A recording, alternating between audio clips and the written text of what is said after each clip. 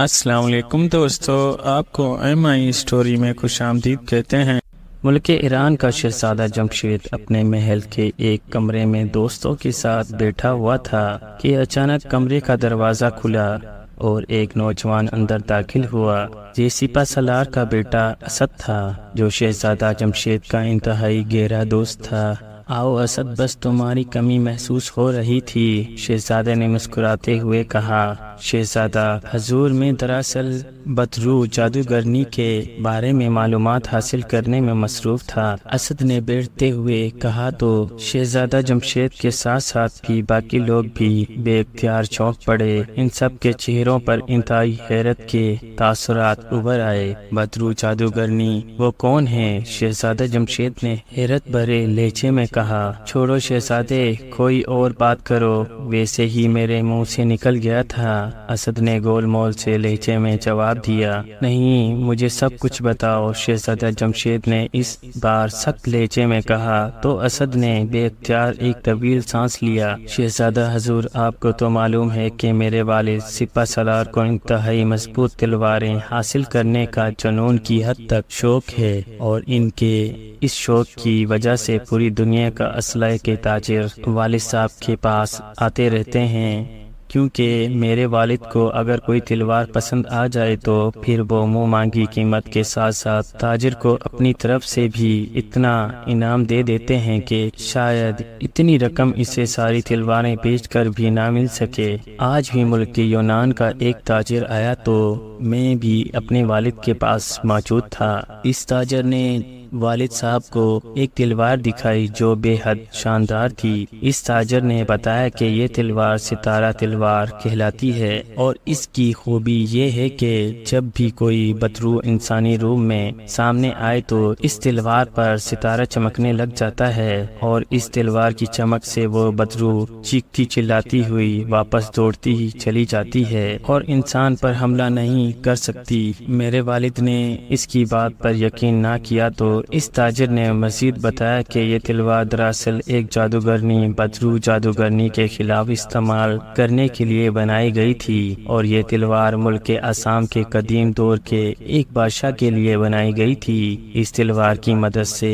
اس بادشاہ نے بے شمار بدروؤں کو جو انسانوں کو ہلاک کر دیتی تھی، اس تلوار کی وجہ سے آسام سے تمام بدروہیں فرار ہو گئی، تو یہ تلوار شاہی خزانے میں پڑی رہی۔ اب آسام کے شہزادے نے اس تلوار کو فروخت کر دیا ہے، کیونکہ اس کے خیال کے مطابق یہ تلوار اب اس کے لیے بیکار ہے۔ اس تاجر کے بقول جب وہ یہ تلوار خرید کر واپس اپنے ملک یونان پہنچا تو ایک انتہائی خوبصورت عورت اس سے ملنے آئی۔ اس نے شہزادیوں جیسا لباس پہنا ہوا تھا اور اس کے سر پر تاج تھا، لیکن دونوں کانوں پر اس نے سینگ نما ڈھالیں لگائی ہوئی تھی۔ اس نے بتایا کہ وہ ملک چین کی شہزادی ہے، اور اسے معلوم ہوا کہ اس کے پاس ستارہ تلوار ہے اور وہ اسے منہ مانگی قیمت پر خریدنا چاہتی ہے، لیکن اس شرط کے ساتھ کہ تلوار کو میان سے باہر نہ نکالا جائے۔ اس پر وہ بے حد حیران ہوا۔ بہرحال اس نے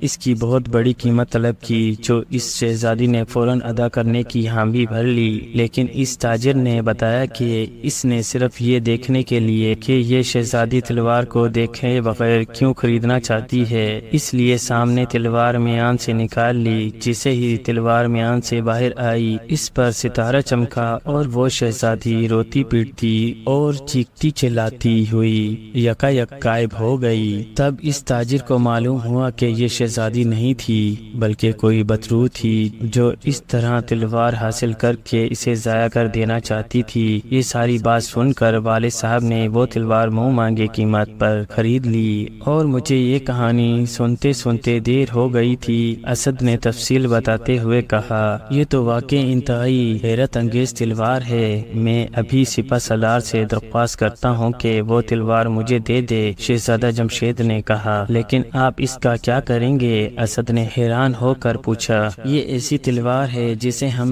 استعمال کرنا پسند کریں گے، شہزادہ جمشید نے کہا۔ شہزادہ حضور، اگر آپ کو اس تلوار کا استعمال کرنے کا شوق ہے تو پھر آگ جادوگر اور اس کی بیوی کا آپ اس تلوار سے خاتمہ کر دیں۔ ان دونوں نے ملک کے شمالی حصے میں قیامت برپا کر رکھی ہے۔ بے شمار لوگ ان ظلم کا شکار ہو چکے ہیں، اور اس کی بیوی کو ویسے بھی سب لوگ بدرو جادوگرنی کہتے ہیں، کیونکہ وہ بدروحوں کی طرح ہر جگہ پہنچ جاتی ہے۔ ایک نوجوان نے کہا تو شہزادہ جمشید بے اختیار اچھل پڑا، ہمارا ملک میں کیا مطلب؟ ہمیں تو آج تک اس بارے میں کسی نے بتایا ہی نہیں۔ شہزادہ جمشید نے حیرت بھرے لہجے میں کہا، شہزادہ حضور، بادشاہ سلامت نے سب کو سختی سے منع کر رکھا ہے کہ آپ کو اس بارے میں کچھ نہ بتایا جائے، کیونکہ آپ جادوگرنی کا مقابلہ نہیں کر سکیں گے، کیونکہ آپ جادو نہیں جانتے۔ لیکن اب اس تلوار کے بارے میں سن کر میں نے یہ بات کر دی ہے۔ اس نوجوان نے کہا، او ہو، ہم ابھی اور اسی وقت کی سرگوبی کے لیے چلیں گے۔ شہزادے نے اڑتے ہوئے کہا تو شہزادے کے اٹھتے ہی سب ساتھی بھی اٹھ کھڑے ہوئے، اور پھر سوائے اسد کے باقی سب شہزادے سے اجازت لے کر چلے گئے۔ چلو پہلے ہم تمہارے والد سے مل کر تلوار تو حاصل کر لیں۔ شہزادے نے کہا تو اسد نے اس بات پر سر ہلا دیا، اور پھر وہ دونوں سپہ سالار کے محل میں پہنچ گئے۔ جب سپہ سالار کو اطلاع ملی کہ شہزادہ جمشید خود چل کر آیا ہے تو وہ اس کے استقبال کے لیے خود دروازے پر پہنچ گیا۔ آج کیسے آنا ہوا شہزادے حضور؟ آپ نے ہمیں اپنے محل میں طلب کر لیا ہوتا۔ سپہ سالار نے کہا، آپ ہمارے بزرگ ہیں اور ہمارے دوست اسد کے والد ہیں، اس لیے ہم خود چل کر آپ کے پاس آئے ہیں۔ شہزادے نے مسکراتے ہوئے کہا تو سپہ سالار بے حد خوش ہوا اور شہزادے کو دعائیں دینے لگا۔ ہم آپ سے ایک چیز مانگنے آئے ہیں، امید ہے آپ ہمیں مایوس نہیں کریں گے۔ شہزادے نے کہا، آپ حکم تو کریں شہزادے حضور۔ سپہ سالار نے کہا، ہمیں ستارہ تلوار چاہیے۔ شہزادے نے کہا، میں ابھی لے آتا ہوں، یقیناً اسد نے اس کے بارے میں آپ کو بتایا ہوگا۔ سپہ سالار نے مسکراتے ہوئے کہا اور اٹھ کر اندر اپنے خاص کمرے میں چلے گئے۔ تھوڑی دیر بعد وہ واپس آئے تو ان کے ہاتھ میں ایک تلوار تھی جو میان کے اندر تھی۔ یہ لیجئے شہزادے حضور، میری طرف سے تحفہ قبول کیجئے۔ سپہ سالار نے کہا تو شہزادے نے بڑے خلوص سے سپہ سالار کا شکریہ ادا کیا۔ کیا میں پوچھ سکتا ہوں کہ اس تلوار کو آپ کہاں استعمال کرنے کا ارادہ رکھتے ہیں؟ کہا، ہم اس تلوار سے آگ جادوگر اور اس کی بیوی بدرو جادوگرنی کا خاتمہ کرنا چاہتے ہیں، تاکہ یہ دونوں ہماری رعایا پر ظلم نہ کر سکیں۔ شہزادہ جمشید نے جواب دیتے ہوئے کہا، او ہو، آپ کو اس بارے میں کس نے بتایا ہے؟ سپہ سالار نے چونک کر کہا، بس ہمیں خود ہی اطلاع مل گئی۔ شہزادے نے کہا، شہزادہ حضور، یہ دونوں میاں بیوی کھوپڑی محل میں رہتے ہیں جو ملک کے شمال مغرب کی پہاڑیوں میں ہے۔ یہ محل اس انداز میں بنا ہوا ہے جیسے کھوپڑیوں کو چکور ڈبوں میں بند کر کے ایک دوسرے کے اوپر رکھا گیا ہو۔ اس کی حفاظت رنگ برنگے سائے کرتے ہیں جو انتہائی طاقتور ہیں۔ اس محل کے گرد ہر طرف انسانوں کی کھوپڑیوں کے ڈھیر پڑے ہوئے نظر آتے ہیں۔ آپ جیسے ہی وہاں پہنچیں گے یہ سائے آپ کو ہلاک کر دیں گے اور آپ کی کھوپڑی بھی اس ڈھیر میں شامل ہو جائے گی۔ لیکن میں آپ کو ایک انگوٹھی دیتا ہوں، اس انگوٹھی کو آپ پہن لیں تو یہ سائے آپ کا کچھ نہ بگاڑ سکیں گے۔ اور یہ بھی بتا دوں کہ اس کھوپڑی محل کے عقب میں آسمان پر ہر طرف خوفناک بجلی کھڑکتی اور چمکتی رہتی ہے، لیکن آپ نے اس سے خوفزدہ نہیں ہونا۔ اس کے بعد آگ جادوگر اور اس کی بیوی بدرو جادوگرنی سے نمٹنا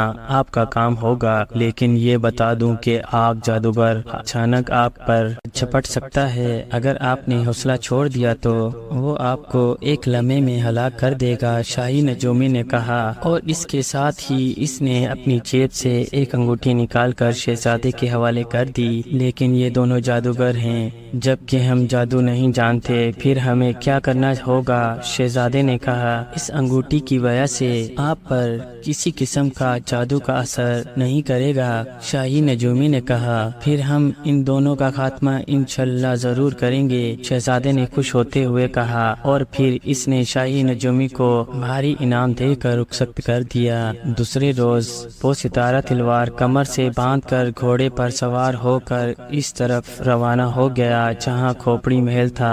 2 روز کے سفر کے بعد وہ آخرکار اس علاقے میں پہنچ گیا۔ یہ عجیب ویران سا علاقہ تھا۔ شہزادے نے گھوڑے کو وہیں چرنے کے لیے چھوڑ دیا اور خود پیدل پہاڑی چٹانوں کو پھلانگتا ہوا آگے بڑھتا چلا گیا۔ کچھ دیر بعد اسے دور سے کھوپڑی محل نظر آنے لگا۔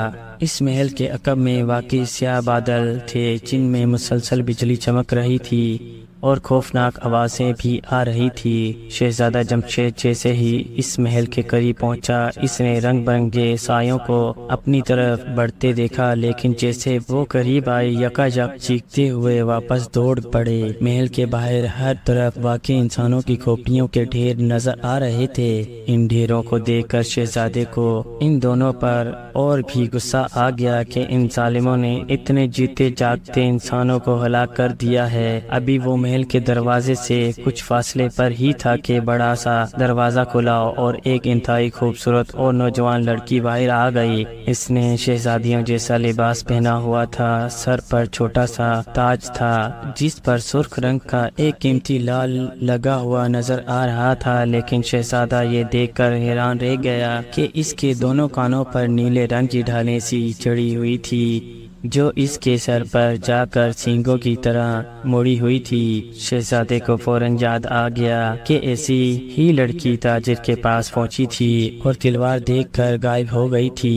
وہ سمجھ گیا کہ یہ آگ کی بیوی بدرو جادوگرنی ہے۔ اس نے فوراً ہی تلوار کھینچ لی۔ اس کے ساتھ ہی تلوار پر ایک ستارہ سا چمکا تو وہ لڑکی منہ پر ہاتھ رکھ کر بری طرح چیخنے لگی۔ وہ بے حد خوفزدہ نظر آ رہی تھی۔ شہزادے نے تلوار اونچی کی اور تیزی سے آگے بڑھنے ہی لگا تھا کہ یکایک اس کے سامنے زمین پر گولا سا نمودار ہوا اور پھر پلک جھپکنے میں ایک آدمی اس آگ سے نمودار ہوا، اور پھر اس سے پہلے کہ شہزادہ سنبھلتا اس آدمی نے دونوں ہاتھوں سے شہزادے کی گردن پکڑ لی۔ اس آدمی کے پیر آگ کے گولے میں ہی تھے اور شہزادہ ایک لمحے میں سمجھ گیا کہ یہ اس بدرو جادوگرنی کا شوہر آگ جادوگر ہے۔ اس لیے اس نے حوصلہ نہ ہارا اور بازو گھما کر بجلی کی تیزی سے اس نے ستارہ تلوار کا وار اس کی گردن پر کر دیا۔ دوسرے لمحے آگ جادوگر کی گردن کٹ کر دور جا گری تو بدرو جادوگرنی چیختی ہوئی واپس محل کی طرف مڑنے ہی لگی تھی کہ شہزادے نے آگے بڑھ کر اس کی گردن پر ستارہ تلوار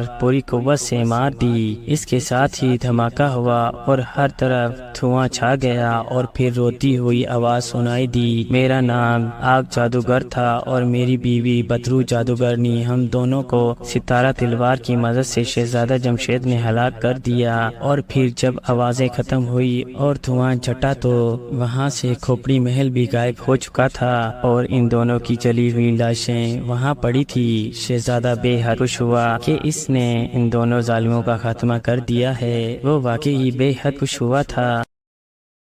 السلام علیکم دوستو، آپ دیکھ رہے ہیں MI اسٹوری۔ شہزادی کو سکہ پڑھا کر 40 دن کی مہلت لے لی۔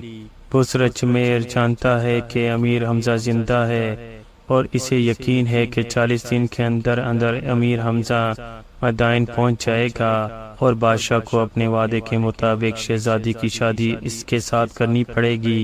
یہ سن کر شہزادہ اولاد مرزبان نے تلوار کے قبضے پر ہاتھ رکھ لیا اور آنکھ لال پیلی کر کر کہنے لگا، امیر حمزہ کی کیا مجال کہ شہزادی سے شادی کر سکے، میں اس کی گردن اڑا دوں گا۔ بخش نے کہکا لگایا اور کہا، شہزادے ابھی تم نے امیر حمزہ کو دیکھا نہیں ہے، تبھی یہ بات منہ سے نکالنے کا حوصلہ ہوا ہے۔ سچ پوچھو تو میں بھی امیر حمزہ کی شجاعت اور بہادری کا لوہا مانتا ہوں، اس سے مقابلے کا خیال بھی دل میں مت لانا، ورنہ تمہاری خیر نہیں، وہ تم جیسے 1000 آدمیوں پر اکیلا ہی بھاری ہے۔ لڑائی بھڑائی سے اس پر قابو پانا مشکل ہی نہیں ناممکن ہے۔ ہاں، چالاکی اور عیاری سے کام لے کر اسے ذکر پہنچائی جا سکتی ہے۔ بخش کی زبان سے امیر حمزہ کی خوبیاں سن کر شہزادہ اولاد مرزبان کا کلیجہ بیٹھ گیا اور تلوار کے دستے پر ہاتھ رکھا ہوا خود بخود ہٹ گیا۔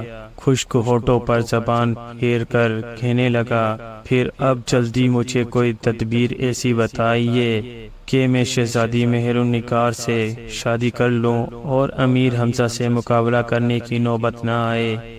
ہاں، اب تم نے عقل سے کام لیا ہے۔ بخش نے مسکرا کر کہا، تم سیدھے نوشیروہ کی خدمت میں جاؤ اور عرض کرو، حضور مجھے خدشہ ہے کہ امیر حمزہ کی حمایت شہزادی مہر النگار کی جان لینا چاہتے ہیں۔ اگر وہ زیادہ دیر مدائن میں رہی تو دشمنوں کے ہاتھوں اسے نقصان پہنچے گا، اس لیے میں چاہتا ہوں کہ آپ اسے فوری میرے ساتھ رخصت کر دیں۔ میں وعدہ کرتا ہوں کہ 40 دن سے پہلے شہزادی سے شادی نہیں کروں گا۔ مجھے یقین ہے کہ بادشاہ تمہاری یہ درخواست قبول کر لے گا۔ عرض بخش نے شہزادہ اولاد مرزبان کو اچھی طرح پٹی پڑھا کر نوشیروہ کے پاس بھیجا اور اس نے ایسی عاجزی اور مسکینی سے اپنی درخواست پیش کی کہ بادشاہ انکار نہ کر سکا۔ اسی وقت حکم دیا کہ شہزادی مہر النگار کے جہیز کا سامان تیار کیا جائے۔ فوج کے 12,000 جوان شہزادی کی حفاظت کے لیے ساتھ بھیجے گئے اور انہیں خوب سمجھایا گیا کہ 40 دن تک شہزادہ اولاد مرزبان کو شہزادی مہر النگار کی صورت نہ دیکھنے دی جائے اور کوئی شخص شہزادی کی اجازت کے بغیر اس کے خیمے میں داخل نہ ہو۔ 40 دن گزرنے کے بعد شہزادہ اولاد کو تیار ہو گیا کہ وہ شہزادی سے شادی کر لے۔ بادشاہ کے حکم کی دیر تھی، شہزادی مہر النگار کی رخصتی ہو گئی اور ایک عظیم لو لشکر کے ساتھ شہزادہ اولاد مرزبان اپنے صوبے کی جانب روانہ ہوا۔ شہزادی کی حفاظت کے لیے 12,000 فوجی سپاہی 24 گھنٹے ڈیوٹی پر حاضر رہتے تھے اور کسی پرندے تک کی مجال نہ تھی کہ شہزادی کے خیمے کے قریب بھی جا سکے۔ ادھر شہزادی ایک دن گنتی جا رہی تھی۔ آخر 39 روز گزر گئے اور 40واں دن آ گیا۔ شہزادہ اولاد کا لشکر ایک خوشنما پہاڑ کے دامن میں اترا اور خیمے لگانے لگا۔ شہزادے نے ادھر ہی اپنی شادی کی خوشی میں ناچ رنگ کی محفل سجائی اور ادھر شہزادی دل میں کہتی تھی کہ آج 40واں دن ہے اور بزرگ جمبر نے کہا تھا 40 دن کے اندر امیر حمزہ آ جائیں گے، مگر افسوس کہ ایسا نہ ہوا۔ خیر کچھ بھی ہو، میں شہزادہ اولاد سے ہرگز شادی نہ کروں گا۔ خدا کی قدرت دیکھیے کہ جس روز اولاد مرزبان کا لشکر پہاڑ کے دامن میں، اسی روز امیر حمزہ اور لندہور کا لشکر اسی پہاڑ کی دوسری جانب آیا۔ یہ ایسی حسین اور سرسبز تھی کہ امیر حمزہ یہاں چند روز ٹھہرنا چاہتے تھے۔ انہوں نے عادی پہلوان کو حکم دیا کہ بڑھاؤ کیا جائے۔ دریا کے کنارے امیر حمزہ نے اپنا خیمہ لگوایا، وار ادھر ادھر گھوم کر قدرت کے نظاروں کا تماشا دیکھنے لگا۔ طبیب اقلیموں نے عمروں کو دیکھا کہ بیکار مکھیاں مار رہا ہے۔ وہ اس کے پاس آیا اور کہنے لگا، اس جنگل میں ایک ہرن ایسا ملتا ہے جس کا گوشت زہر کا اثر دور کرنے میں اسیر ہے۔ اس ہرن کا رنگ سنہری ہے اور وہ اتنا تیز رفتار ہے کہ کسی کے ہاتھ نہیں آتا۔ تم جاؤ اور اس ہرن کو پکڑ کر لاؤ تاکہ میں اس کے کباب بنا کر امیر حمزہ کو کھلاؤں۔ عمروں نے گھور کر اقلیموں کو دیکھا اور ناراض ہو کر بولا، تمہیں مجھ سے خدا واسطے کا بیر ہے، کوئی نہ کوئی کام بتاتے رہتے ہو۔ امیر حمزہ کا خیال نہ ہوتا تو تمہیں اسی وقت اپنے زنبیل میں بند کر کے وہیں جزیرے ناران پر جا کر چھوڑ آتا۔ یہ کہہ کر اٹھا اور سنہری ہرن کی تلاش میں جنگل کی جانب روانہ ہوا۔ کچھ فاصلے پر دیکھا کہ 4 ہرن گھاس پر ٹہل رہی ہیں اور ان میں سے ایک کا رنگ سنہری اور سرخ کی دھوپ میں سونے کے پانی کی طرح چمک رہا تھا۔ عمرو ان کی طرف بڑھا تو ہرن چوپڑیاں پھرتے ہوئے بھاگے، ایک مغرب کی طرف، دوسرا مشرق کو، تیسرا شمال کو اور چوتھا جس کا رنگ سنہری تھا جنوب کی طرف بھاگ گیا۔ عمرو نے بھی چوکڑیاں پھیری اور اس ہرن کے پیچھے دوڑنے لگا۔ آخر اسے پہاڑ کے دوسری جانب جا کر پکڑ لیا اور کندھے پر ڈال کر چلا ہی تھا کہ یک عمرو کی نظر ہزاروں خیموں پر پڑی جو پہاڑ کے دامن میں دور تک پھیلے ہوئے تھے۔ حیران ہو کر کہنے لگا، ایسا معلوم ہوتا ہے کوئی لشکر آن کر ٹھہرا ہے، ذرا معلوم تو کروں کہ یہ کون لوگ ہیں اور کہاں سے آئے ہیں۔ اس نے سنہری ہرن کو ایک غار میں بند کر دیا اور اس کے منہ پر پتھر رکھا اور خود پہاڑ کی چوٹی سے نیچے اترنے لگا۔ ایک چھوٹے سے تالاب کے قریب پہنچا تو دیکھا کہ دو آدمی فوجی وردی پہنے کھڑے ہیں، ایک کے ہاتھ میں سونے کا اور دوسرے ہاتھ میں چاندی کا پیالہ ہے۔ عمرو نے بڑے ادب سے انہیں سلام کیا اور کہا، جناب آپ کون لوگ ہیں اور کہاں سے تشریف لائے ہیں؟ ان میں سے ایک نے عمرو کو اوپر سے نیچے تک غور سے دیکھا، پھر جواب میں کہا، ہم شہنشاہ نوشیرو کی بیٹی شہزادی مہرونیسا کے غلام ہیں۔ یہ کہہ کر اس نے امیر حمزہ کے ہندوستان جانے، لندھور کے ہاتھوں مارے جانے اور شہزادی مہرونیسا کی شادی کا سارا واقعہ سے سنایا۔ آخر میں کہنے لگا کہ آج رات 40ویں دن ہے، کل مرزبان شہزادی سے شادی کرے گا۔ عمرو یہ داستان سن کر بدحواس ہو گیا، مگر خواجہ برجمر کی دانائی اور درویشی پر دل میں آفرین کہی۔ اب انہوں نے عمرو سے پوچھا کہ تم کون ہو؟ عمرو نے جواب دیا، صاحب میرے کیا پوچھتے ہو، نہایت مفلس اور غریب آدمی ہوں، ایک ہاتھ سے اور ایک پاؤں سے لنگڑا ہوں، ہزاروں علاج کیے مگر کسی کو دوا سے فائدہ نہ ہوا۔ آخر ایک تجربہ کار طبیب نے یہ نسخہ بتایا ہے کہ اگر چاندی کے برتن میں پانی پیو تو ہاتھ اچھا ہو اور سونے کے برتن میں پانی پیو تو پاؤں ٹھیک ہو۔ بھلا مجھ غریب کو سونے چاندی کے برتنوں میں پانی کون پلاتا؟ خدا کی قدرت ہے کہ اس وقت آپ سے ملاقات ہوئی، مہربانی کرو اور مجھے ان برتنوں میں پانی پینے کی اجازت دے دو، شاید میں اچھا ہو جاؤں۔ عمرو نے اس عاجزی سے گفتگو کی کہ ان لوگوں کا دل پیچ ہو گیا۔ پہلے شخص نے چاندی کا پیالہ عمرو کو دے دیا، اس نے چشمے میں سے پانی بھر کر پیالہ فوراً اپنا بایاں ہاتھ ہلا کر خوشی سے بولا، میرا ہاتھ ٹھیک ہو گیا، اب جلدی سے سونے کا پیالہ بھی مجھے دے دو، اس میں پانی پیوں۔ دوسرے نے سونے کا پیالہ بھی عمرو کو تھما دیا، اس نے اس میں بھی پانی بھر کر پی لیا اور اپنی ایک ٹانگ کو حرکت دی۔ آہا، یہ بھی ٹانگ ٹھیک ہو گئی، لاؤ میاں ہمارے پیالے ہمیں دو، تم ٹھیک ہو گئے ہو۔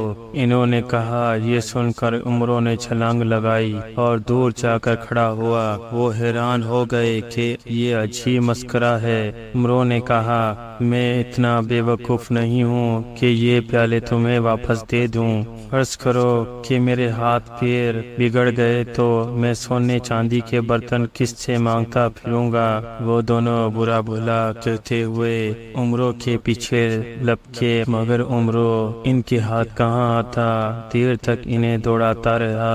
آخر ہانپ کر دونوں بے دم ہو گئے اور عمرو ان کی نظروں سے غائب ہو گیا۔ یہ دونوں آپس میں لڑتے جھگڑتے ایک دوسرے کو الزام دیتے ہوئے لشکر میں واپس پہنچے۔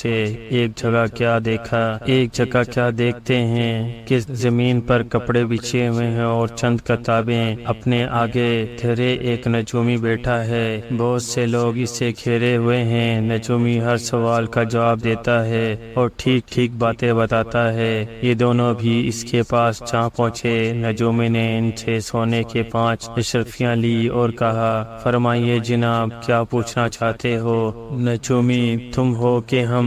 انہوں نے ناراض ہو کر کہا، تم خود پوچھو کہ ہم کس کے لیے آئے ہیں۔ نجومی کچھ حساب لگایا، پھر کہا، آپ کی کوئی چیز کھوئی ہے، شاید برتن ہیں، ایک چاندی کا، دوسرا سونے کا۔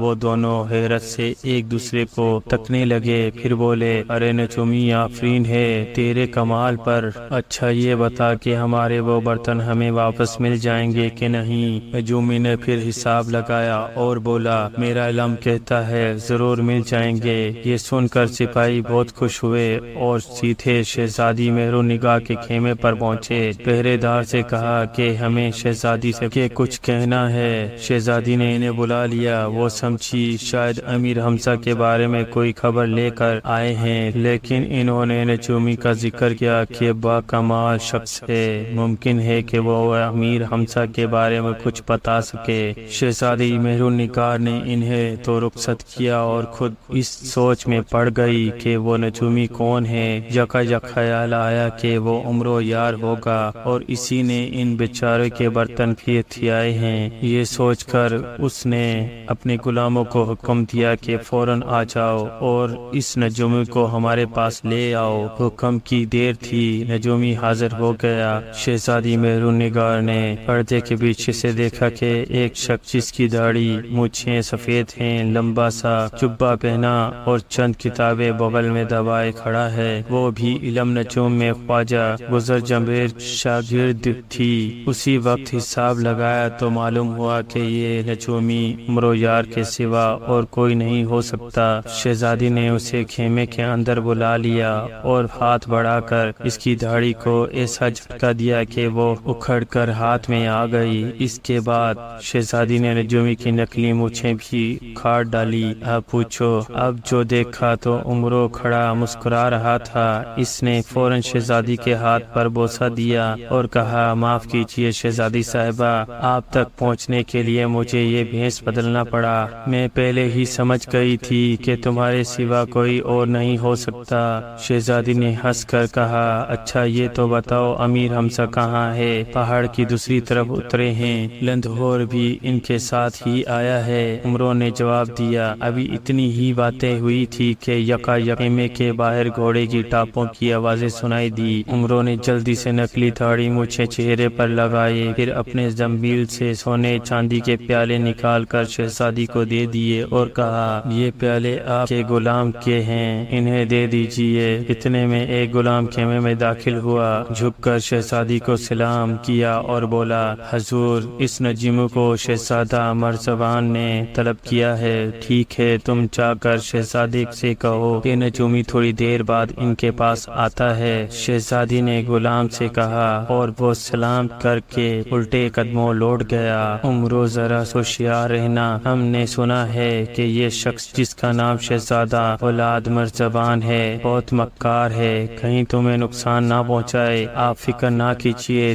دیکھیے میں اس کا کیا حشر کرتا ہوں۔ عمرو نے کہا اور خیمے سے باہر نکل گیا۔ اولاد مرزبان کے آدمیوں نے عمرو کو گھوڑے پر سوار کرایا اور شہزادے کے پاس لے گئے۔ وہ ایک بڑے خیمے میں بڑی شان و شوکت سے بیٹھا ہوا تھا۔ عمرو نے جھک کر سلام کیا اور کہا، جہاں پناہ کا اقبال بلند ہو، اس خادم کو کیوں یاد فرمایا؟ ہے نجومی، ہم نے تمہارے بہت تعریف سنی ہے، یہ تو بتاؤ شہزادی مہرالنگار نے تم سے کیا پوچھا؟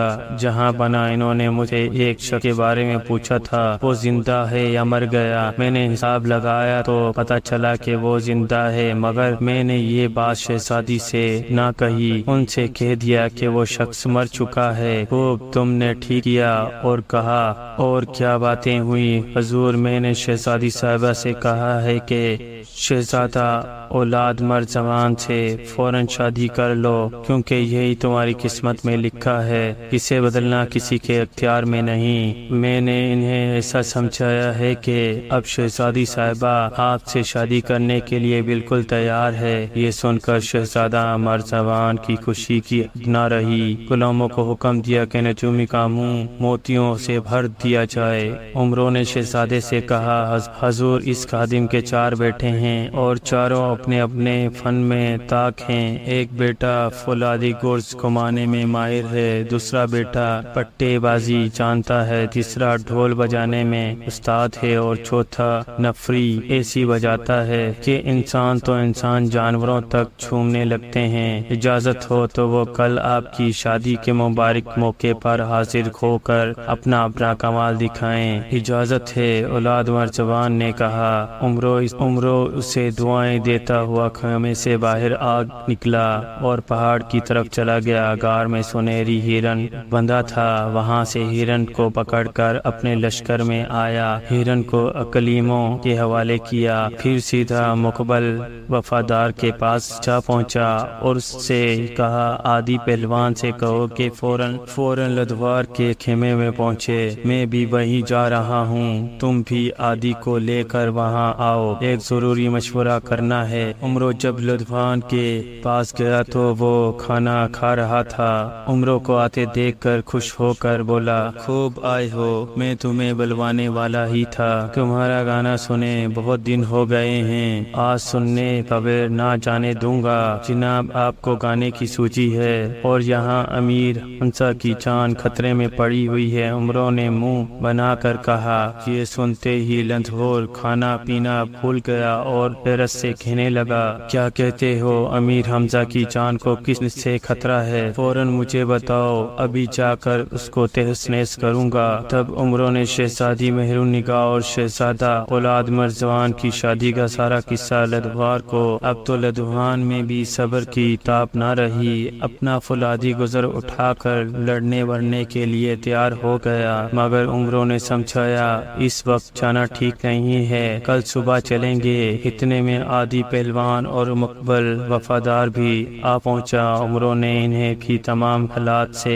باخبر کیا۔ عادی پہلوان دل میں خوش ہوا کہ کل شہزادہ مرزبان کی شادی ہو رہی ہے، اس نے طرح طرح کے کھانے پکوائے ہوں گے۔ لدھوار اور مقبل تو لڑنے بھیڑنے میں لگے رہے اور میں دیگوں کا صفایا کروں گا۔ اگلے روز صبح سویرے لندھور نے گزر سنبھالا۔ عادی پہلوان نے گلے میں بڑا سا ڈھول ڈالا، مقبل وفادار نے نفری لی اور خود عمرو ایک خوبصورت نوجوان کی شکل بن کر پٹا ہلانے لگا۔ اس نے لدھور کو اچھی طرح سمجھا دیا کہ شہزادہ مرزبان کو زندہ پکڑنا ہے۔ جب یہ چاروں شہزادے کے لشکر میں آئے تو وہاں شادی کا ہنگامہ برپا تھا۔ ایک عظیم شان خیمے کے اندر شہزادہ مرزبان دولہا بنا بیٹھا تھا۔ اس نے جب نجومی کے چاروں بیٹوں کے آنے کا حال سنا تو فوراً اپنے حضور میں طلب کیا۔ عمرو نے پٹے بازی کے کمال دکھائے، پھر عادی نے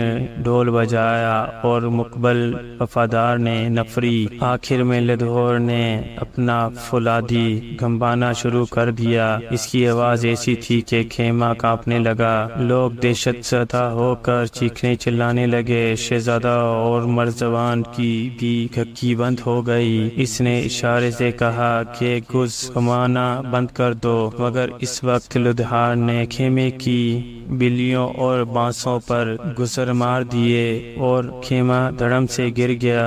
اس کے بعد لدھور نے ایک زبردست نعرہ مارا اور کہا جو مجھ کو جانتا ہے وہ بھی سن لے اور جو نہیں جانتا وہ بھی جان لے، میرا نام لدھوار ہے اور میں ہندوستان کا بادشاہ ہوں۔ یہ سنا تھا کہ شہزادہ مرزبان کے تمام ساتھی بھاگ نکلے اور کسی نے پلٹ کر بھی نہ دیکھا کہ باقی بدنصیبوں پر کیا گزری۔ شہزادہ مہرون نگاہ کی حفاظت کرنے والے 12,000 سپاہی کو عمرو نے روک دیا اور کہا کہ ہم امیر حمزہ کی طرف سے آئے ہیں، وہ زندہ سلامت ہیں۔ یہ سن کر وہ سپاہی بھی مرزبان کی فوج پر پل پڑے اور مار مار کر ان کا برا حال کر دیا۔ عادی پہلوان کا خیال ٹھیک نکلا۔ بہت سے باورچی ایک طرف قورمے اور پلاؤ کی دیگیں پکا رہے تھے۔ عادی نے سب کو بھگایا اور کھانے کے لیے بیٹھنے ہی والا تھا کہ اس نے شہزادہ مرزبان کو ایک طرف چھپتے ہوئے دیکھ لیا۔ اسی وقت اپنا ڈھول اس کے سر پر اتنی زور سے مارا کہ ڈھول کی چھلکی پھٹ گئی اور شہزادہ ڈھول میں بند ہو گیا۔ ڈھول کو اپنے گھٹنے تلے دبایا اور پلاؤ پر ہاتھ صاف کرنے لگا۔ ادھر عمرو یار کو شہزادے کی تلاش تھی، لیکن وہ اسے ڈھونڈتا ڈھونڈتا عادی کی طرف آیا۔ وہ اطمینان سے پلاؤ کھا رہا تھا، چبائی ہوئی ہڈیوں کا ایک اونچا سا ڈھیر لگا ہوا تھا۔ عمرو کے تن بدن میں آگ لگ گئی۔ اس نے کہا ہم تو اپنے جان ہتھیلی پر لیے پھرتے ہیں اور تجھے پیٹ کا دوزخ بھرنے کے سوا اور کوئی کام نہیں۔ کیا پہلوان ایسے ہی بزدل ہوتے ہیں؟ اچھا سن لے، عادی نے کہا آخر تم چاہتے کیا ہو؟ جل کر 1-2 بٹیر آدی کے سر پر مارا اور کہا اتنی دیر سے اولاد مرزوان کو تلاش کر رہا ہوں مگر اس کا کہیں پتہ نہیں، معلوم ہوتا ہے کہ آنکھوں میں دھول جھونک کر بھاگ گیا۔ یہ سن کر آدی ہنسا اور ایک بڑی سی بنی ہوئی ران چباتے ہوئے بولا اس ڈھول کے اندر جھانک کر دیکھو، شاید اولاد مرزوان کا پتہ ملے۔ عمروں نے ڈھول میں جھانکا تو اولاد مرزوان چوہے کی طرح دبکا بیٹھا تھا۔ گردن سے پکڑ کر باہر نکالا اور اس وقت رسیوں سے جکڑ دیا۔ پھر عمروں نے شہزادی مہرو نگار کو خوشخبری سنائی، مرزبان پکڑا گیا ہے۔ اس کام سے فارغ ہو کر عمروں امیر حمزہ کے پاس گیا۔ انہیں آپ تک کچھ خبر نہ تھی کہ کیا ہو رہا ہے۔ عمروں نے سارا قصہ سنایا تو امیر نے خوش ہو کر اس کو گلے سے لگایا اور کہا کہ تم نے دوستی کا حق ادا کر دیا۔ پھر انہوں نے سلطان بخت مغربی کو بلایا اور حکم دیا کہ ہمارا نکاح پڑھا دیا جائے اور خوشی خوشی اپنے ایک بادشاہ تھا، اس کے کوئی اولاد نہ تھی۔ بہت دنوں کے بعد ایک لڑکی پیدا ہوئی۔ بادشاہ بہت خوش ہوا اور لڑکی کا نام زہرہ رکھا۔ اس نے خوشی کے مارے سارے شہر کی دعوت کی، پریوں کو بھی بلایا۔ سب پریاں خوشی خوشی دعوت میں آئی، مبارکباد دی اور گانے گائے گئے۔ ایک پری نے شہزادی کو ایک دعا دی۔ کسی نے کہا شہزادی کی زندگی بڑی ہو، کسی نے کہا شہزادی علم اور ہنر والی ہو، اور ایک پری نے شہزادی کو خوبصورتی کی دعا دی اور کہا کہ شہزادی چاند کی طرح خوبصورت ہو۔ اس دعا پر سب پریوں نے آمین کہی اور شہزادی کے سر پر ہاتھ پھیرا۔ پریاں یہ دعائیں دے کر ہوا میں غائب ہو گئی۔ ناہک پری دعوت میں شریک نہ ہو سکی تھی۔ بادشاہ اس کو دعوت دینا بھول گیا تھا۔ ناہک پری بڑی خراب طبیعت کی تھی۔ اس نے بدوا دی کہ شہزادی کو ماں کی محبت نصیب نہ ہو اور سوتیلی ماں کی دشمنی جھیلنی پڑے۔ بادشاہ نے یہ ناگ پری کی بدوا سن کر طے کر لیا کہ وہ کبھی شادی نہیں کرے گا اور اپنی رانی کی اچھی طرح دیکھ بھال شروع کی۔ لیکن اتفاق ایسا ہوا کہ رانی کی طبیعت خراب ہو گئی۔ بڑے بڑے حکیم علاج کے لیے بلائے گئے مگر رانی کی بیماری بڑھتی ہی گئی۔ ہوتے ہوتے ایک دن ایسا آن پہنچا اور رانی مر گئی۔ ناگ پری کی بدوا صحیح نکلی۔ اب بادشاہ بے حد گھبرایا۔ شہزادی زہرہ پھوٹ پھوٹ کر روئی، لیکن جو ہونا تھا وہ ہو چکا۔ رونے سے کچھ بھی فائدہ نہ ہوا۔ بادشاہ دن بھر اداس رہتا، کسی کام میں اس کا جی نہ لگتا۔ ایک مرتبہ وزیروں نے صلاح دی کہ حضور دوسری شادی کر لیں۔ بادشاہ دوسری شادی کا نام سن کر بے حد خفا ہوا اور وزیروں کو ڈانٹ کر بھگا دیا۔ تھوڑے دنوں کے بعد پھر سارے وزیر بادشاہ کے دربار میں پہنچے اور سمجھایا کہ حضور آپ کے بعد راج گدی کا کوئی مالک نہیں، دوسری شادی کر لیجئے، شاید خدا کے فضل سے کوئی شہزادہ پیدا ہو جائے جس سے آپ کا نام روشن ہو سکے اور یہ گدی آباد رہے۔ شہزادے کا خیال آتے ہی بادشاہ دوسری شادی پر آمادہ ہو گیا۔ سب وزیروں نے مل کر ایک بڑی ہی خوبصورت سی رانی تلاش کی اور بادشاہ کی دوسری شادی بڑے دھوم دھام سے کی گئی۔ جب یہ نئی رانی محل میں آئی تو وہ دن بھر اپنی بناؤ سنگار میں لگی رہتی تھی۔ دوسروں کے دکھ درد سے اسے کوئی مطلب نہ تھا اور شہزادی زہرہ کو تو وہ کبھی بھولے سے بھی نہ پوچھتی تھی۔ بادشاہ خود شہزادی زہرہ کی دیکھ بھال نہلاتا، کھانا کھلاتا، پھر شہزادی ادھر ادھر کھیلنے لگتی۔ ایک دن ناگ پری نے نئی رانی کو ایک جادوئی آئینہ چا کر دیا اور کہا کہ جب تم اس آئینے کے سامنے کھڑی ہو کر پوچھو گی کہ دنیا میں سب سے زیادہ خوبصورت کون ہے تو یہ آئینہ فوراً جواب دے گا۔ رانی کو خوبصورت بننے کا بڑا ہی شوق تھا۔ وہ بہت ہی خراب دل کی عورت تھی۔ وہ نہ چاہتی تھی کہ اس کے علاوہ کوئی دوسرا خوبصورت ہو۔ یہ آئینہ پا کر بے حد خوش ہوئی۔ فوراً بن سنور کر آئینے کے سامنے کھڑی ہوئی اور پوچھا، آئینے سچ سچ بولو، کون ہے سب سے بڑھ کر حسین؟ آئینے نے یہ سوال سنا اور فوراً جواب دیا، سن لو غور سے سن لو، تو رانی ہے سب سے بڑھ کر حسین۔ آئینے کا یہ جواب سن کر رانی بہت خوش ہوئی۔ اس کا غرور اور زیادہ بڑھ گیا۔ تھوڑے دنوں بعد زہرا جوان ہو گئی۔ اس کا خوبصورت گول سا چہرہ ایسا ہی بھلا معلوم ہوتا تھا جیسے کہ 14ویں کی رات کا چاند۔ وہ سب سے بڑھ کر خوبصورت تھی اور دنیا میں کوئی ایسا نہ تھا جو اس کا مقابلہ کرتا۔ ایک دن رانی حسب معمول آئینے کے سامنے کھڑی ہوئی اور وہی سوال کیا، آئینے سچ سچ بولو، کون ہے سب سے بڑھ کر حسین؟ آئینہ فوراً بولا، سن لو غور سے سن لو، تم تھی پہلے سب سے حسین لیکن اب تو زہرا ہے، زہرا سب سے بڑھ کر حسین۔ آئینے کا یہ جواب سن کر جل کر خاک ہو گئی۔ اس کے جی میں آیا کہ جا کر ابھی زہرا کی گردن مروڑ دے، لیکن بادشاہ کے ڈر سے چپ ہی رہی اور دل ہی دل میں اس کی جان لینے کی ترتیبیں سوچنے لگی۔ ایک دن اس نے جلاد کو بلوایا اور کہا کہ میں تجھ کو بہت سارا روپیہ انعام میں دوں گی، اس چھوکری زہرا کو جنگل میں لے جا کر قتل کر دے، اس کا دل مجھے لا کر دکھلا، تب مجھے یقین ہوگا کہ تو نے قتل کر دیا، اور یاد رکھنا اگر تو نے اس کو قتل نہ کیا تو تیری بوٹیاں کتوں سے نچوڑ ڈالوں گی۔ شہزادی زہرا بڑی نیک اور سیدھی طبیعت کی تھی اور رات کے وقت اپنے کمرے میں بے خبر سو رہی تھی کہ جلاد جا پہنچا اور شہزادی کو اٹھا کر جنگل میں لے گیا۔ جب شہزادی جنگل میں پہنچی تو ڈر کے مارے کانپ گئی۔ اس کی سمجھ میں کچھ نہ آیا جلاد اس کو پکڑ کر جنگل میں کیوں لے آیا۔ جب اس نے جلاد کے ہاتھ میں چھرا دیکھا تو بے ہوش ہو کر گر گئی۔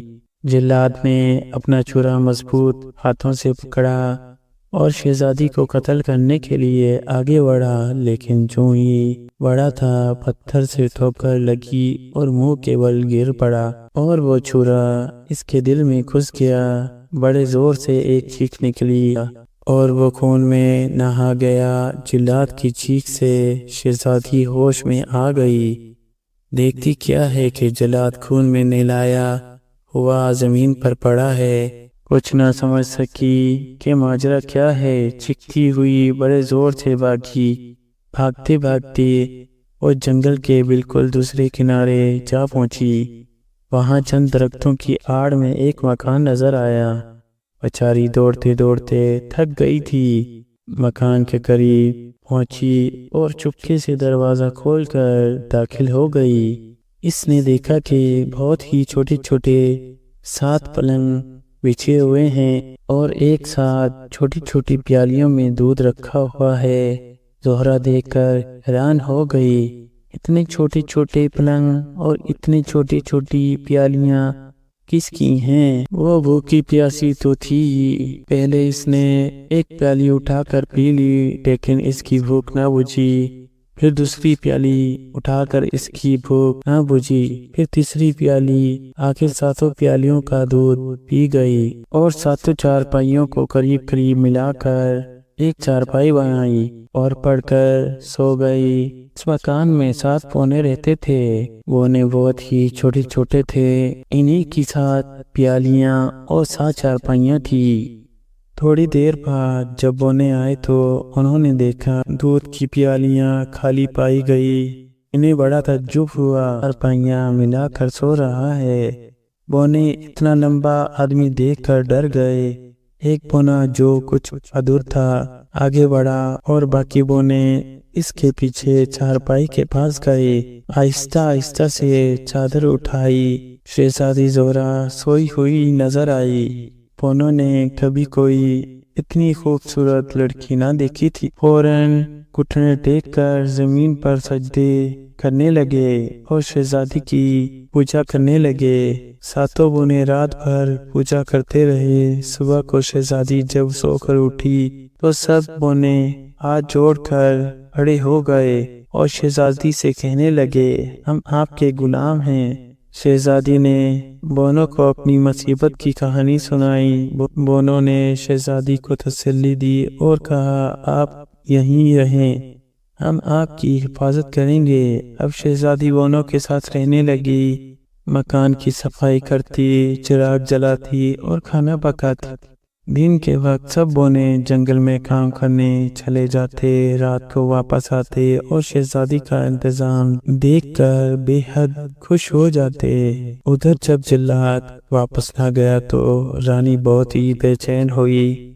آئینے کے سامنے کھڑی ہو کر پھر بولا، آئینے آئینے سچ بولو، کون ہے سب سے بڑھ کر حسین؟ سن لو غور سے سن لو، تم تھی پہلے سب سے حسین، لیکن اب تو زہرا ہے سب سے بڑھ کر حسین، جو رہتی ہے جنگل میں بونوں کے ساتھ۔ آئینے کا یہ جواب سن کر رانی غصے میں کانپ اٹھی اور اسے یقین ہو گیا کہ زہرا زندہ ہے۔ اب اس نے زہرا کی جان لینے کا پکا ارادہ کر لیا اور ٹھان لیا کہ کسی نہ کسی بہانے وہ اس کو ضرور مار ڈالے گی۔ ایک دن رانی نے سودا بیچنے والے کا بھیس بدلا، ایک ٹوکری میں چینی کے پھولدار برتن رکھے اور بیچنے نکلی۔ بیچتے بیچتے وہ جنگل کے اس پار جا پہنچی جہاں بونوں کا مکان تھا۔ اس وقت شہزادی مکان میں اکیلی تھی، بونے جنگل میں کام کرنے کے لیے گئے ہوئے تھے۔ رانی سر پر برتنوں کا ٹوکرا لیے ادھر ادھر چکر لگاتی رہی اور زور زور سے چلا کر کہتی، نئے برتن سے پرانے برتن بدل لو، نئے برتن سے پرانے برتن بدل لو، نئے برتن سے پرانے برتن بدل لو۔ یہ آواز شہزادی کے کانوں میں بھی جا پہنچی۔ دوڑ کر کھڑکی کے قریب آئی اور جھانک کر برتن بیچنے والے کو دیکھنے لگی۔ جو ہی اس نے کھڑکی سے باہر سر نکالا، رانی نے دیکھ لیا اور پہچان لیا، یہی زہرا ہے۔ اب رانی اور زور زور سے آوازیں لگانے لگی۔ شہزادی نے اپنے دل میں سوچا کہ پرانے برتنوں سے نئے برتن بدل لے، وہ نئے چینی کے ایسے خوبصورت برتن دیکھ کر ضرور خوش ہوں گے۔ یہ سوچ کر برتن والی کو گھر کے اندر بلا لیا، پرانے برتن جمع کر کے دے دیے اور نئے برتنوں کا ٹکڑا اٹھا کر چلنے لگی۔ جو ہی اس نے پیٹھ موڑی، پیچھے سے پھندا ڈال دیا اور رسی کس دی۔ شہزادی بیچاری دھاڑ سے زمین پر گر گئی۔ رانی نے اب اس کا گلا اور زور سے گھونٹنا شروع کر دیا، سارا جسم رسیوں میں جکڑ کر باندھ دیا۔ اب اس کو اطمینان ہو گیا کہ شہزادی کا دم تھوڑی ہی دیر میں نکل جائے گا اور مردہ لاش بن جائے گی۔ آہستہ آہستہ مکان سے باہر نکلی اور محل کی طرف تیزی سے چلنے لگی۔ آدھی رات کے قریب محل میں پہنچی، جسم کی سیاہی دھوئی اور کپڑے بدلے اور پھر آئینے کے سامنے کھڑے ہو کر پوچھنے لگی، آئینے آئینے سچ بول، کون ہے سب سے بڑھ کر حسین؟ آئینہ بولا، سن لو غور سے سن لو، رانی ہے سب سے بڑھ کر حسین۔ رانی خوشی کے مارے اچھل پڑی، اس کو یقین ہو گیا زہرا مر چکی ہے۔ اب اپنی خوبصورتی پر وہ پھر غور کرنے لگی اور ساری دنیا میں اپنے آپ کو سب سے بڑھ کر سمجھنے لگی۔ رات کے وقت جب وہ نے اپنے مکان میں واپس پہنچے تو دیکھا کہ زہرا رسیوں میں جکڑی ہوئی ہے، بے ہوش پڑی ہے۔ بونوں نے جلدی رسی کھولی، گلے کا پھندا کھولا۔ شہزادی بے ہوش تھی لیکن سانس ابھی تک آ جا رہی تھی۔ بونے نے ٹھنڈے پانی کا چھپر زہرا کے منہ پر مارا، جس سے زہرا ہوش میں آ گئی۔ اس کے جسم پر رسیوں کے بندھنے کی وجہ سے نشان پڑ گئے۔ کئی دن تک وہ بیمار رہی۔ بونوں نے بہت ہی اچھی طرح اس کی خدمت کی تھوڑے دنوں میں وہ اچھی ہو گئے۔ اب وہ پہلے کی طرح خوبصورت نظر آنے لگی۔ رانی روز آئینے کے سامنے کھڑی ہو کر اپنی خوبصورتی کے بارے میں پوچھا کرتی۔ آج پھر اس نے آئینے سے پوچھا اور آئینے نے جواب دیا کہ شہزادی زہرا سب سے بڑھ کر خوبصورت ہے۔ اب رانی کے دل میں حسد کیا پھر بڑھنے لگی۔ وہ سمجھ گئی کہ شہزادی زہرا زندہ ہے۔ وہ سمجھی کوئی نئی ترتیب۔ وہ پھر سوچنے لگی۔ اس نے ایک زہریلا کنگا تیار کیا۔ اس کنگے میں یہ بات تھی کہ جو شخص بھی اس کو اپنے بالوں میں لگاتا فوراً بے ہوش ہو جاتا۔ رانی نے یہ کنگا اور ایک بڑا سا چاقو جیب میں رکھا اور ایک پھول بالی کا بھیس بدل کر بونوں کے مکان پر جا پہنچی۔ سر پر ٹوکرا رکھا تھا اور اس میں رنگ برنگے پودے سے پھول سجے ہوئے تھے۔ شہزادی اپنے کمرے میں اکیلی لیٹی ہوئی تھی اور بونے جنگل میں گئے ہوئے تھے۔ رانی نے آواز لگانا شروع کی، تازے پھول لے لو، تازے پھول۔ شہزادی کے جی میں آیا کہ بونوں کے واسطے تھوڑے تھوڑے پھول لے لے۔ دروازہ کھولا اور پھول والی کو بلا لیا۔ رانی جو ہی پھول والی کے بیس میں تھی اندر آئی اور پھولوں کا ایک پودا ہاتھ میں لے کر شہزادی کو دکھلانے لگی۔ شہزادی پھول کی پتیوں کو ابھی دیکھ ہی رہی تھی کہ رانی نے جلدی سے کنگا نکالا اور شہزادی کے بالوں میں گھونس دیا۔ شہزادی فوراً بے ہوش ہو کر زمین پر پڑ گئی۔ اب رانی نے شہزادی کی زندگی کو ہمیشہ کے لیے ختم کرنے کے لیے چاقو نکالا۔ چاقو کھول کر شہزادی کی گردن کی طرف ہاتھ بڑھایا ہی تھا کہ اتفاق سے اس کے دوسرے ہاتھ میں زور سے بچھو نے ڈنگ مارا۔ یہ بچھو بڑا ہی زہریلا تھا اور اس پودے میں چھپا ہوا تھا جو اپنے دوسرے ہاتھ میں لے کر شہزادی کو دکھلا رہی تھی۔ بچھو کے ڈنگ مارتے ہی رانی کا سارا جسم کانپ اٹھا۔ چاقو اس کے ہاتھ سے گر گیا۔ وہ بے ہوش ہو کر زمین پر لیٹ گئی۔ شہزادی کے جسم میں کنگے کا زہر پھر رہا ہے۔ دونوں بے ہوش ہیں۔ دونوں کا رنگ پیلا پڑ گیا۔ تھوڑی دیر کے بعد شام ہوئی اور بونے گھر میں داخل ہوئے۔ وہ یہ تماشا دیکھ کر کچھ نہ سمجھ سکے اور نہ یہ پہچان سکے کہ یہ پھول والی کون ہے۔ ایک بونے نے شہزادی کے بالوں سے کنگا نکالا۔ جو ہی کنگا بالوں سے الگ ہوا شہزادی ہوش میں آ گئی اور اس نے یہ بتلایا کہ اس پھول والی نے یہ کنگا میرے بالوں میں لگا دیا۔ اب بونے سمجھ گئے یہ پھول والی ہی اصل میں رانی ہے اور شہزادی زہرا کی دشمن ہے۔ بونوں نے پھول والی کو پکڑ کر ایک مکان میں بند کر دیا۔ دوسرے دن صبح کو پھر سب بونے جنگل میں کام کرنے چلے گئے اور شہزادی گھر کے کام کاج میں لگ گئی۔ رانی بھی اب ہوش میں آ چکی تھی۔ بچھو کا زہر اتر چکا تھا۔ وہ اپنے آپ کو کمرے میں بند پا کر سمجھ گئی کہ قید میں ہوں۔ اب وہ نکل بھاگنے کی ترتیبیں سوچنے لگی۔ اتفاق سے اس کمرے میں ایک کھڑکی تھی جو ٹوٹی ہوئی تھی۔ رانی اس کھڑکی کے راستے باہر کود پڑی اور نکل بھاگی۔ بھاگتی بھاگتی محل میں جا پہنچی۔ اس کا حسد اب بھی کم نہ ہوا۔ وہ شہزادی کی جان کے پیچھے اب بھی پڑی تھی اور اس کے مارنے کی ترتیبیں سوچتی رہی۔ جنگل کی صاف ستھری ہوا، سادی غذا اور محنت کی وجہ سے شہزادی کی تندرستی بڑی ہی اچھی تھی۔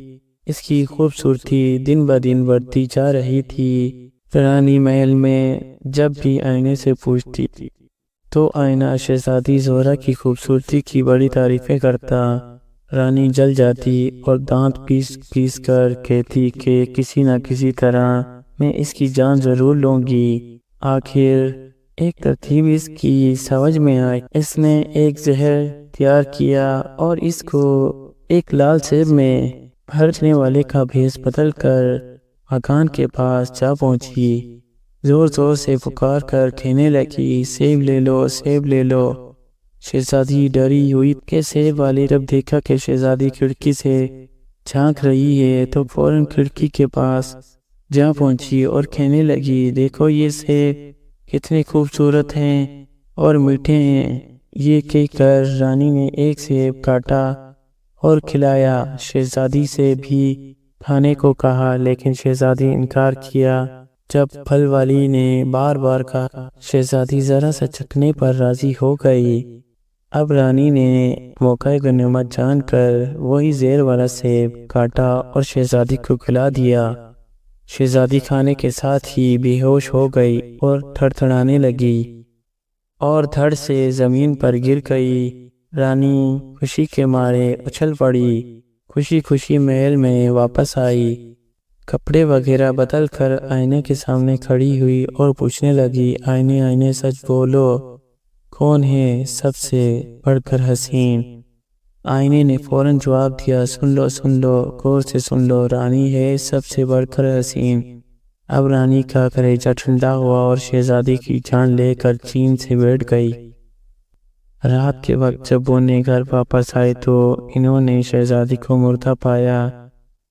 بیچارے بونے افسوس کے مارے رونے لگے، لیکن کر کیا سکتے تھے؟ ساتھ رہتے رہتے انہیں شہزادی سے بڑی محبت ہو چکی تھی۔ وہ شہزادی کے مردہ جسم کو بار بار دیکھتے اور روتے، اگرچہ شہزادی مر، اس کا جسم اب بھی پھول کی طرح کھلا ہوا تھا۔ وہی ہونٹوں پر مسکراہٹ، وہی چہرے پر شگفتگی، وہی جسم میں نزاکت۔ بس یہ معلوم ہوتا تھا کہ شہزادی گہری نیند میں سو گئی ہے۔ اسے دیکھ کر ہرگز یہ یقین نہ ہوتا تھا کہ وہ مر چکی ہے۔ سب بونوں نے مل کر شیشے کا ایک لمبا سا باکس بنایا، اس میں کافور بچھایا اور شہزادی کو اس میں لٹا کر باکس پہاڑ کی سب سے اونچی چوٹی پر رکھ آئے۔ کچھ ہی دنوں کے بعد ایک شہزادہ شکار کھیلتے کھیلتے پہاڑ کی اونچی چوٹی پر پہنچ گیا۔ جب اس کی نظر اس شیشے کی الماری پر پڑی وہ بہت متعجب ہوا۔ شہزادی آرام سے لیٹی ہوئی تھی، اس کا جسم اب بھی تر و تازہ تھا، اس کا گورا رنگ اب بھی دل کو لبھا رہا تھا۔ شہزادہ کچھ دیر تک تو سوچ میں پڑ گیا، پھر ہمت کر کے باکس کھولا، شہزادی کو اٹھایا اور پیٹھ پر لاد کر پہاڑ کے نیچے اترنا شروع کیا۔ اور جیسے ہی شہزادہ چلنے لگا، پہاڑوں کے اونچی نیچی ڈھلانوں کی وجہ سے شہزادی کا سر بار بار ہلا۔ ایک مرتبہ شہزادی نے ایک چٹان سے دوسرے چٹان پر ایک لمبی چھلانگ ماری اور شہزادی کا منہ کھل گیا۔ جیسے ہی منہ کھلا، زہریلا سیب کا ٹکڑا باہر گر پڑا اور شہزادی آہستہ آہستہ ہوش میں آنا شروع ہو گئی۔ یہاں تک کہ جب شہزادہ پہاڑ سے اتر کر نیچے برابر زمین پر جا پہنچا، شہزادی ہوش میں آ چکی تھی۔ دونوں ایک دوسرے کو دیکھ کر خوش ہوئے اور باتیں کرنے لگے۔ شہزادہ جب اپنے ملک میں پہنچا تو اس نے شہزادی سے شادی کر لی۔ اب شہزادی نے رانی کی دشمنی کا سارا حال شہزادے کو بتلایا اور یہ کہا کہ اس کے پاس ایک جادوئی آئینہ ہے، تو میری خوبصورتی کی اطلاع اس کو دیتا رہتا ہے اور وہ حسد کی وجہ سے میری جان لینے کی ترتیبیں سوچا کرتی ہے۔ شہزادے نے ایک بڑی بھاری فوج جمع کی اور رانی کے ملک پر حملہ کر کے وہ آئینہ لیا اور توڑ کر پھینک دیا۔